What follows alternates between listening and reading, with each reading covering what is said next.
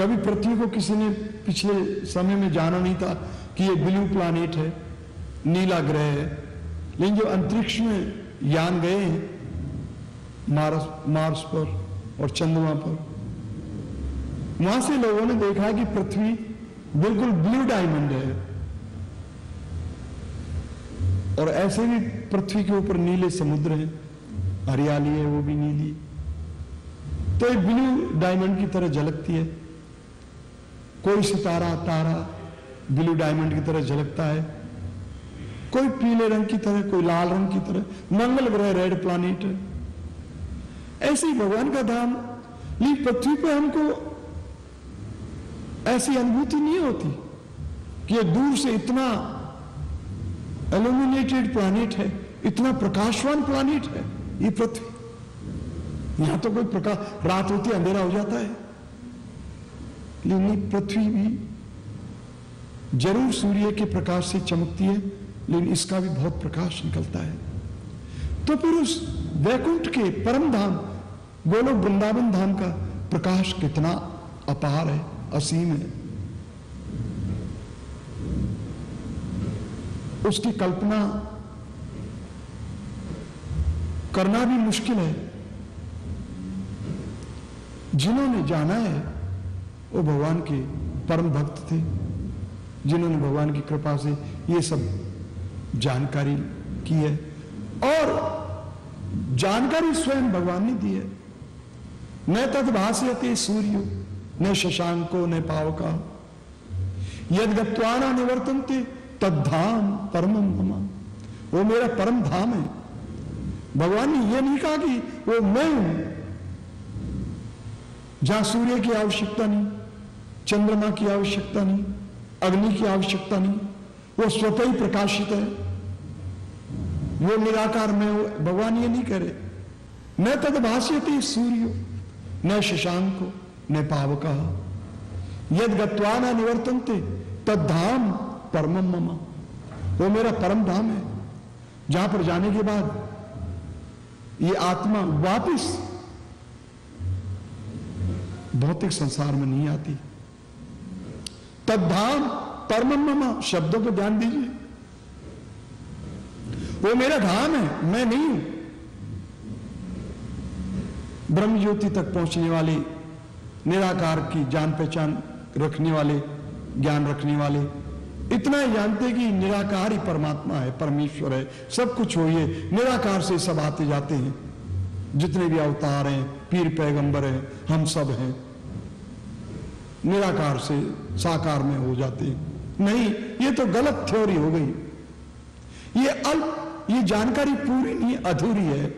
वो भी परमात्मा का रियलाइजेशन है, लेकिन वो अधूरा रियलाइजेशन है, अधूरा ज्ञान है, अधूरी प्राप्ति है, पूर्ण प्राप्ति नहीं है, परम सत्य की प्राप्ति नहीं है।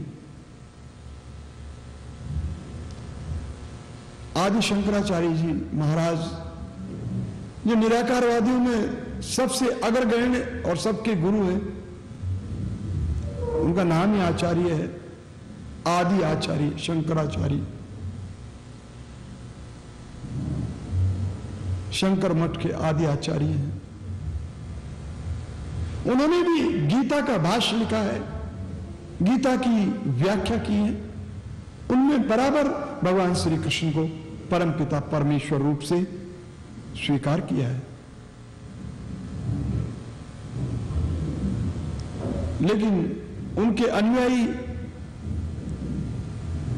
आगे आने वाले समय में वो भगवान को इनकार करके और वो निराकार की साधना में लगे हुए रहते हैं। लेकिन जरूर उन लोगों से तो अच्छे हैं जो संसार में फंसे हुए हैं। वो कम से कम निराकार तक तो जा रहे हैं, वो ब्राह्मण तक तो जा रहे, पहुंच रहे हैं, ब्रह्म ज्योति तक तो पहुंच रहे हैं। वहां चले जाने पर शायद भगवान की फिर कृपा हो जाए उनके ऊपर, या संतुष्ट हो गए, प्यास बुझ गई तो ब्रह्म ज्योति में ही अटक जाते हैं। और शास्त्रों में तो यह भी लिखा है कि जो हजारों लाखों वर्ष आत्मा ब्रह्म ज्योति में लटकी रहती है, कोई काम नहीं, धंधा नहीं, किसी से बात नहीं, चीत नहीं, शांत, एक तातू की तरह। तो एक दिन वो बोर फील करती है कि मैं ये कर क्या रहा हूं, ये ब्रह्म ज्योति में लाख वर्ष से लटका हूं, इससे अच्छा तो मैं कहीं कोई ऊंचे ग्रहों पर जाकर के, देवलोकों में जाकर के कोई देवता का शरीर धारण करूं, तो कम से कम कुछ तो एक्टिविटीज करूंगा, कुछ तो दूसरों की सेवा करूंगा, आशीर्वाद दूंगा किसी को, धन वैभव दूंगा किसी को देवता बनकर के, लोग मुझे पूजेंगे, फूल चढ़ाएंगे, हार चढ़ाएंगे। और देवलोकों में है क्या, अप्सराएं नाच रही है, वहां भी सुरा है, वाइन है, शराब है। पृथ्वी की शराब से वहां ज्यादा क्वालिफाइड शराब हो सकती है, ज्यादा रिफाइंड, ज्यादा आनंद देने वाली। सारे शास्त्र तो यही कहते हैं कि वहां अप्सराएं नग्न रहती हैं। मैंने तो पढ़ा है कि इंद्र सिंहासन पर तब बैठता है जब 1000 नग्न अप्सराएं उसको घेरती हैं। और ये सत्य है, क्योंकि वो हमारी पृथ्वी से हजारों गुना अधिक भोग सामग्री के साधन स्वर्गलोक में है, देवलोकों में है। लेकिन वह बोर होती हुई आत्मा करे भी क्या, ऊपर तो जा नहीं सकती, क्योंकि इतनी प्योरिटी, इतनी जानकारी, इतना प्रेम उसके हृदय में नहीं है, उसकी भावना में नहीं है कि वो कृष्ण को पहचाने, कृष्ण से संपर्क स्थापित करे, प्रेम का रिश्ता मजबूत करे और वहां तक पहुंच जाए। तो फिर क्या करे, तो नीचे को आती है। वो मुक्त आत्मा भी ब्रह्म ज्योति से नीचे आती है। इसलिए भगवान श्री कृष्ण ने सर्वश्रेष्ठ बतलाया है अपने भक्त को, योगी नाम अपनी सर्वेशाम मदगतेर अंतरात्मना श्रद्धावान भजते यो माम स में युक्त तमो मतः। ये छठे अध्याय के अंतिम श्लोक में भगवान ने कंक्लूजन दिया है छठे अध्याय का, निष्कर्ष दिया है कि वास्तविकता क्या है, कि हे अर्जुन, योगियों में भी वो योगी सबसे श्रेष्ठ है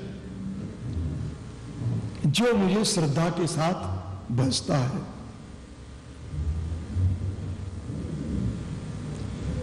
ज्ञान योगी है, कर्म योगी है, ध्यान योगी है, ये सभी भक्ति योग में समाहित हो जाते हैं।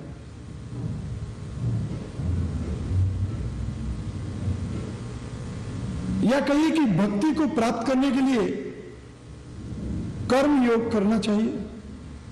कर्म योग यानी भगवान की निष्काम सेवा, कोई फल की इच्छा न करके निर्मल सेवा, कि लो प्रभु, आपने मुझे सुंदर नेत्र दिए जिनसे मैं सारे जहान को देख सकता हूं,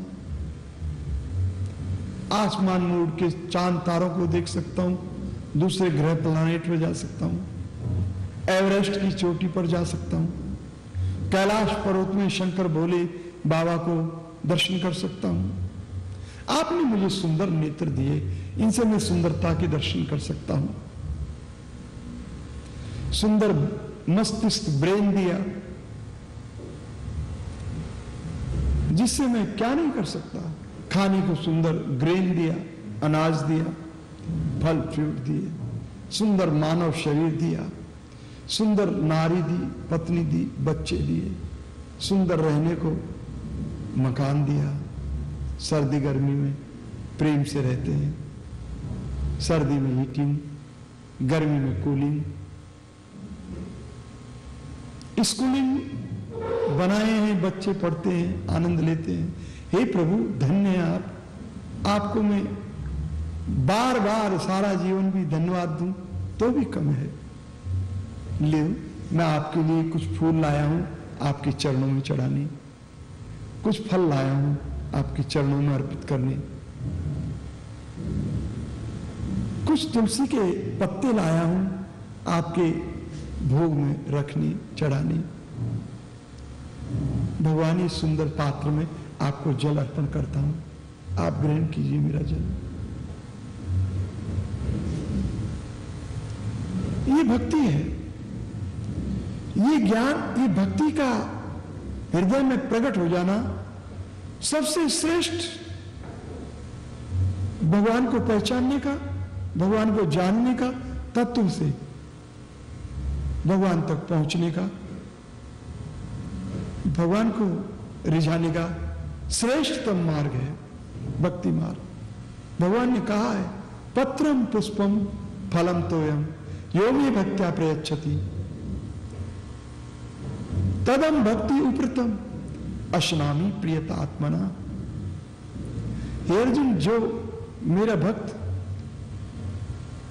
मेरा प्रिय भक्त, मेरा प्रिय आत्मा, मेरी प्रिय आत्मा, मेरा भक्त मुझे श्रद्धा से कोई फूल या फल या कोई पत्ता या कोई छोटे गिलास में जल अर्पण करता है, मुझे अर्पण करता है, मैं प्रेमवश उसकी भक्ति को देख करके, उसकी श्रद्धा भक्ति को देख करके मैं उसे अश्नामी, मैं स्वीकार करता हूं, ग्रहण करता हूं, खाता हूं।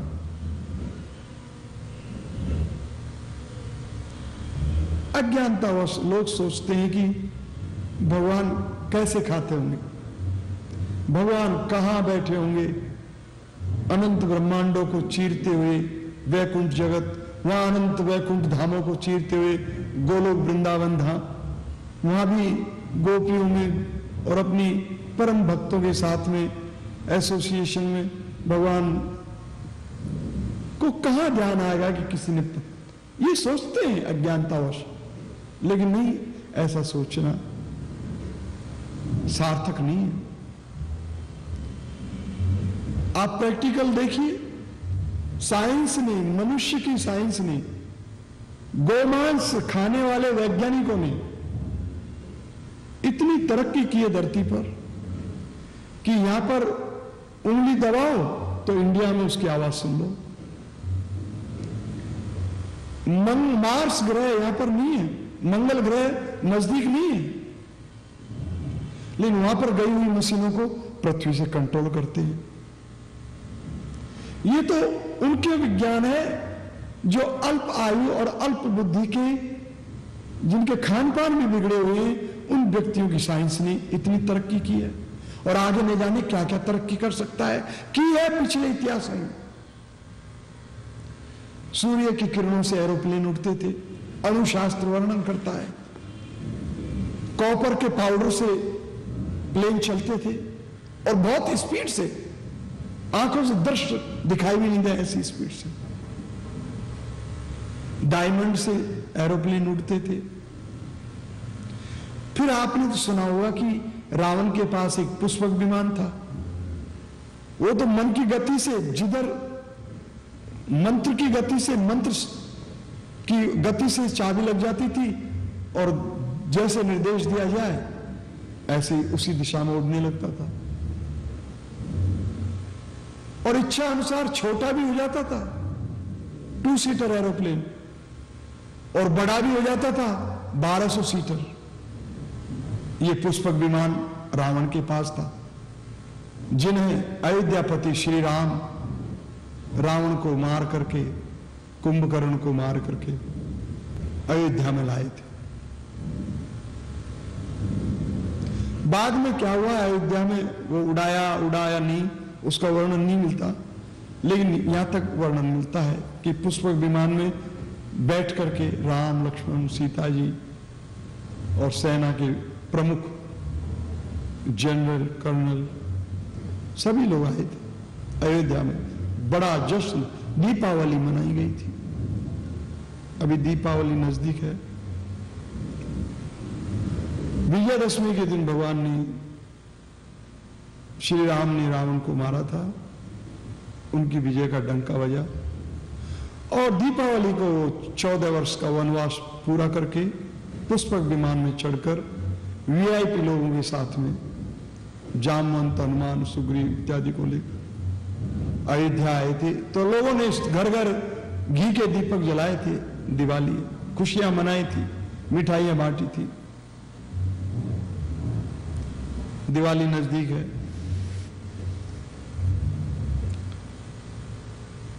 भगवान को पहचानने के लिए भगवान का भक्त तो बनना पड़ेगा। भगवान ने कहा कि योगी नाम अपनी सर्वेशाम मदगतेर अंतरात्मना श्रद्धावान भजते यो माम स्वयं युक्त तमोमता। ये अर्जुन, योगियों में भी, तमाम प्रकार के योगियों में, कोई कर्म योगी है, कोई ध्यान योगी है, कोई ज्ञान योगी है, कोई हठ योगी है, कोई राज योगी है। एक प्रकार का योगी थोड़ी है।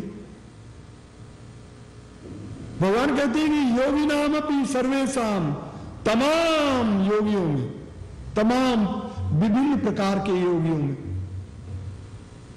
योगी नाम अपनी सर्वेशाम मदगतेर अंतरात्मना श्रद्धावान भजते यो माम सै में युक्त तमोमता। इन योगियों में जो योगी श्रद्धा के साथ, भक्ति के साथ मुझे भजता है, वह सबसे श्रेष्ठ योगी है। यह मेरा उत्तम मत है। सै में युक्त तमोमता, यह मेरा नियुक्त किया हुआ, निश्चय किया हुआ मत है, सिद्धांत है। श्रद्धावान, तो श्रद्धा कैसे पैदा हो? तो कर्मयोगी बनो, भगवान के लिए सेवा करो। भजते का मतलब ही सेवा है। भज शब्द आया सेवा से। भज यानी करना, डूइंग। भजते जो भगवान की निष्काम सेवा करता है।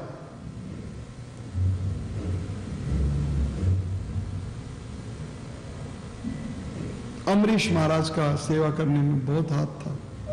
उन्होंने अपने 10 इंद्रियों को, मन को, अपने जीवन को भगवान राधा कृष्ण की सेवा में लगा रखा था। चक्रवर्ती सम्राट थे वो पृथ्वी के, अम्बरीश महाराज। बड़ी पुरानी कथा है। श्रीमद् भागवत में सुखदेव गोस्वामी जी इसका उदाहरण देते हैं परीक्षित महाराज को। परीक्षित महाराज ने 2 ही प्रश्न किए थे, क्योंकि परीक्षित महाराज को शाप लग गया था श्रृंगी ऋषि का। परीक्षित महाराज के ऊपर शनि का प्रकोप, कलयुग का प्रकोप हो गया था। कलयुग का प्रकोप हो गया था। आज कलयुग है। कलयुग है मानी कलह युग। जब ये बुद्धि कलह युक्त हो जाती है, तब जाके आदमी जो नहीं करना वो भी कर देता है।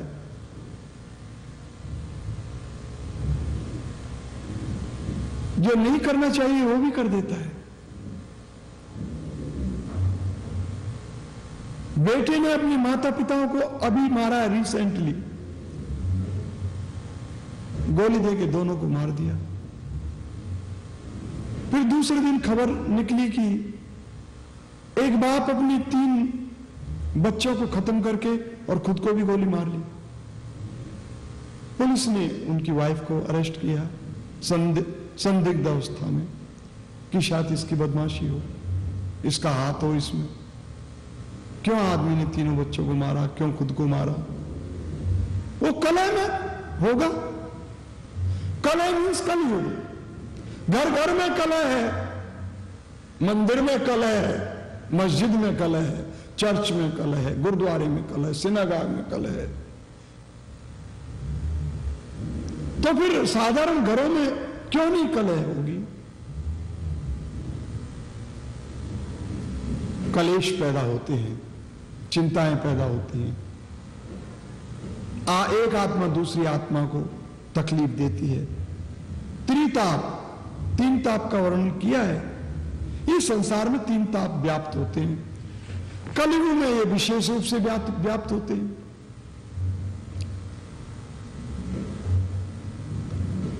दैहिक, दैविक, भौतिक तापा, ये तीन ताप हैं। राम राज काहू नहीं व्यापा, कहते हैं कि राम के राज में ये किसी को व्याप्त नहीं होता। राम राज्य तो होना चाहिए, लेकिन राम राज का मतलब है भगवान का राज, भगवान के इंस्ट्रक्शन से संसार चलता हो, उनके शब्दों को, उनके आदेशों को, उनके आज्ञा को सिरोधार्य करके आदमी जीता हो, तो राम राज कहलाता है।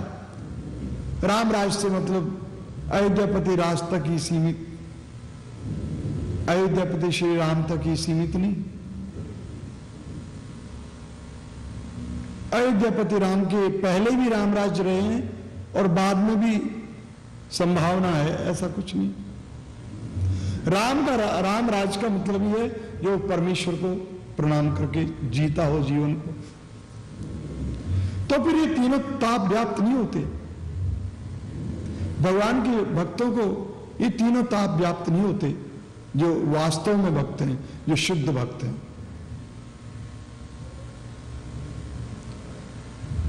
तो आत्मा, एक आत्मा दूसरी आत्मा तो क्यों तकलीफ देगी नहीं? एक प्राणी दूसरे प्राणी को तकलीफ देता है। दैहिक, एक देही दूसरी, एक देह दूसरी देह को तकलीफ देती है। आत्मा तो सच्चिदानंद है, वो तो पूर्ण ज्ञान स्वरूपा है, पूर्ण आनंद स्वरूपा है।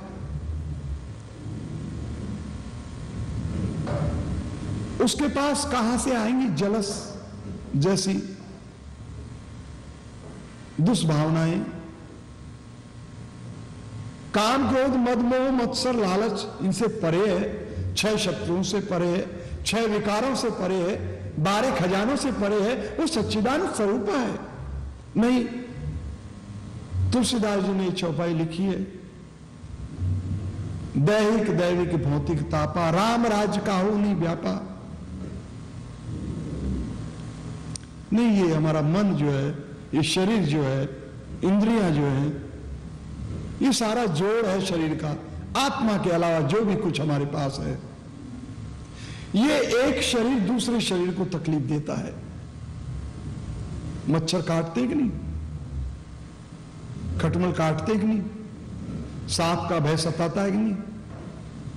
बनी में जाओ तो सिंह का डर लगता है कि नहीं? अगर रहे हो कुछ तो छोड़े हो मारने वालों ने तो।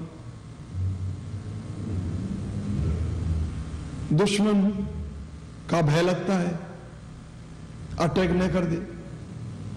टेरर से भयभीत है सारा संसार।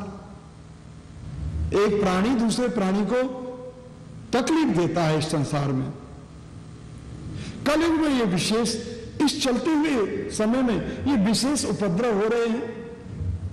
शायद 100 वर्ष पहले ऐसी बातें नहीं थी, डेफिनेट नहीं थी। उससे पहले और भी अच्छे समय में लोग रहे हों, लेकिन ये समय को तो दोष नहीं है। समय तो सदैव समान है। नहीं, मनुष्यों में विकार पैदा होता है समय के अनुसार। समय जो जो गुजरता है, मनुष्य क्रिटिकल माइंड बनता है। कभी ये मनुष्य बहुत सुंदरता में, सत्युग जैसे, जब सत्य में रहता है, सत्य में जीता है, फिर इसका कुछ कदम लड़खड़ाते, त्रेता में आता है, कुछ कुछ बेईमानी करने लगता है, झूठ बोलने लगता है, चोरी करने लगता है, और थोड़ा लुड्डू पुड्डू होने लगता है तो द्वापर में आता है। तो इसका ईमान धर्म बहुत कुछ गिर गया होता है। फिर वो धर्म तो एक टांग पर ही खड़ा होगा। परीक्षित महाराज ने तलवार तो निकाली थी कि तू कौन है, क्यों ये निर्दोष बैल की 3 टांग घायल कर दी है, खून बह रहा है और चौथी टांग को तोड़ने जा रहा है, इतने बड़े भारी डंडे से प्रहार कर रहा है लगातार। कौन है तू? तो ये कलयुग था। जय गोपाल।